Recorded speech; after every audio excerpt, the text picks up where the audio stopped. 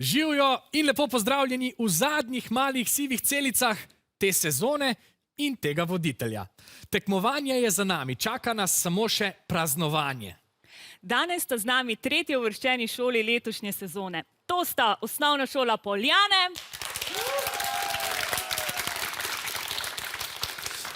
in Osnovna šola Frana Roša Celje. Tekmovalci ste zdaj gotovo bolj uživaško razpoloženi, navijači pa ste zdaj pravzaprav prvič v studiu. Lepo vas je vse videti v živo, brez vas smo male sive celice samo vprašanja, brez odgovorov. Pa tudi brez aplavzov. Navijači ste zelo pomemben del našega organizma.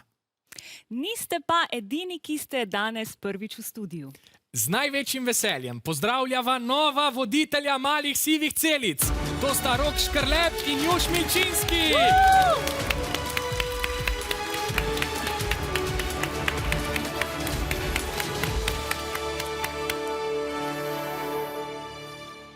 Juš je improvizator, igralec, popotnik, glasbenik, oboževalec kvizov, dronov in strastnega pasivnega vrtičkarstva.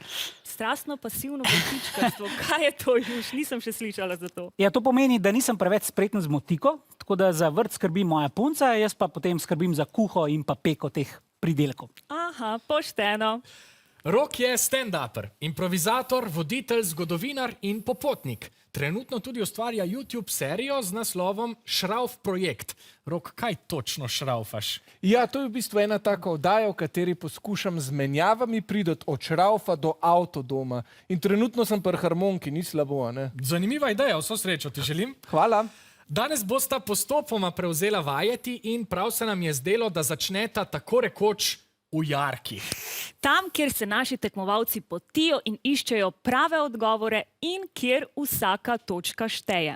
Vsak od vaju bo kapetan ene tribune. Pri komu začnemo? Rok, boš ti kapetan rumenih? Ja, lahko, mi bomo pol rumenjaki, aj prav, v redu. Ja.